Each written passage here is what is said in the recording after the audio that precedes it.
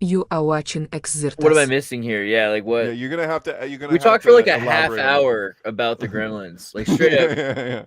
I want to know what we got wrong. You Was it you was it already the pitch for? mentioned Jordan Peele in Twilight Zone. Did you mention the Jordan Peele skit of Gremlins 2 as well? No, what do you got? I don't know what you're talking about. If you don't, oh man, this is probably one of my all-time favorite Key and Peele skits where they have this boardroom and someone just comes in and he's like, "All right, we're gonna start writing Gremlins 2 right now. I just want the craziest ideas, the ideas that everyone else always says no to. I just want to hear your ideas." And people, can you play sections of it or? But They're like he's going literally. We'll he's probably going get through in this trouble, room but tell us and about like it. this Yeah, this guy's trying to keep them all on pace, and then like this dude comes in, yeah, he it's looks literally like the me. guy from Mannequin, right? And he's just like every crazy idea someone comes up with, someone's like, "I want Hulk Hogan," and he's like, "Done," and like everything. He doesn't say no to anyone except for the Yeah, one guy that's like the straight man. the Hulk Hogan thing kind of because I was watching and I was like, man, this is like a good amount of cocaine. Like not like an extreme 80s cocaine, but like more than less cocaine, but definitely more than Alf, but less than heroin coke. You know, it was a coke movie. It's an And Alf as level of cocaine. and I was like, are they gonna like is there gonna be like a reference to say this? And all of a sudden Hulk Hogan comes on the screen and rips his shirt. You're like, okay.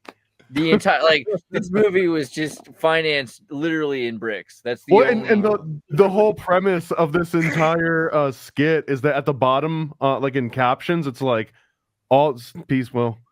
What you see as they're talking, and it sounds crazier and crazier, like the ideas that are coming up, and it's like these are all actual scenes in the real movie Gremlins too, and it doesn't sound real until you go back and you watch it, and you're like, oh my god, it's all that this great. really did make it in. It's really deep. It's a deeper movie than people realize. There's a lot you can do with Gremlins. Okay. I He will. responded. He responded. Okay, in all caps again. Thank you.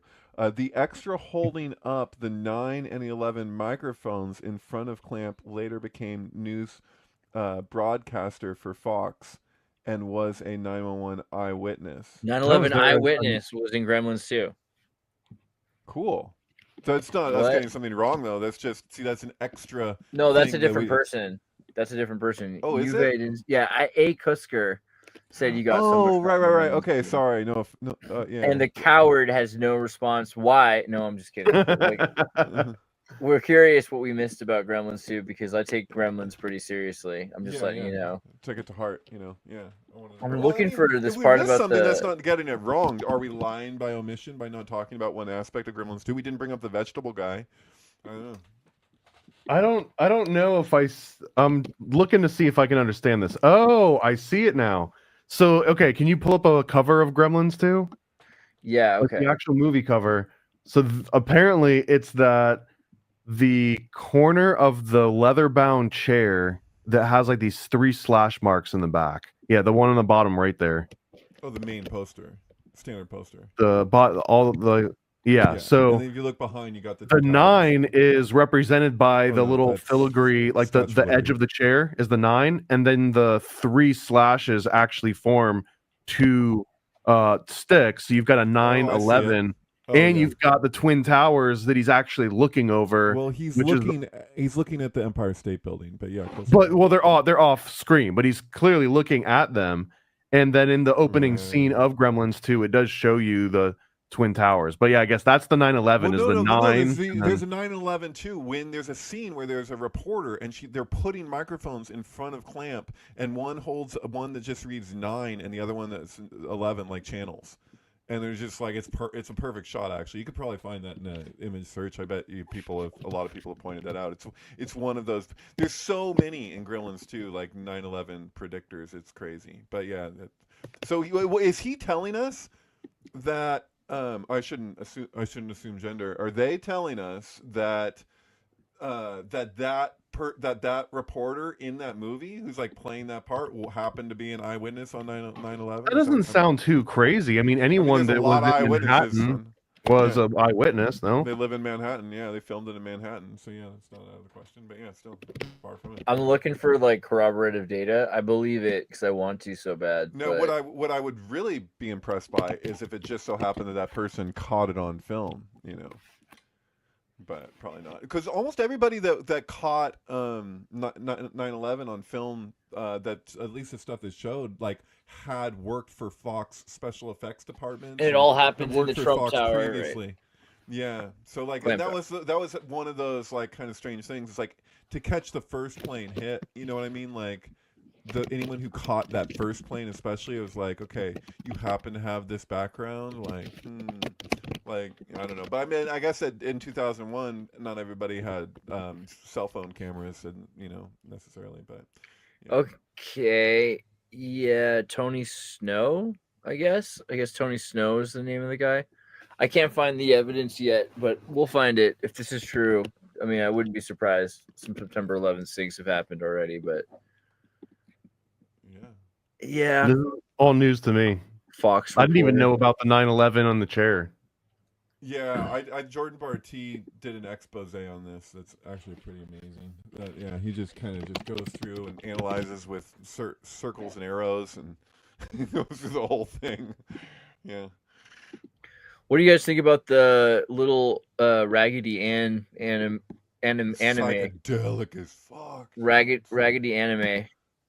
This movie's a trip, man. I didn't see it growing up. I just recently saw it, and it has, to me, also some weird Kubrick-aware moments for sure. Yeah, this is acid. This isn't just mushrooms like a lot of those. Oh, did you see the dopey sticker disappear on the door? Really? Show. No, I'm just kidding. You said it was like a Shining reference. Yeah. I was like looking for it, bro. I was like, that would not be surprised. And because it's the Shining reference here is that isn't Anne's voice? No, it's not. For some reason I confuse it with Shelley Duvall, but I don't know. I don't think it actually is. Shelley Duvall did cartoon voices at times. I don't think she did this, though. Yeah, I think I'm just mixing that one up. Bedtime Stories, she did. That's right. Which is also kind of psychedelic. Right. I don't know how much we can say on certain topics, but the original Raggedy Ann was based after someone that died from getting a little poke, I believe. Right? That was like the actual origin story of Raggedy Ann. When you say poke, are you talking sex or vaccines? I can't tell. The vaccines like that, but this is where Raggedy Ann came from. She was like the initial dead poster child for the anti-vaccine movement.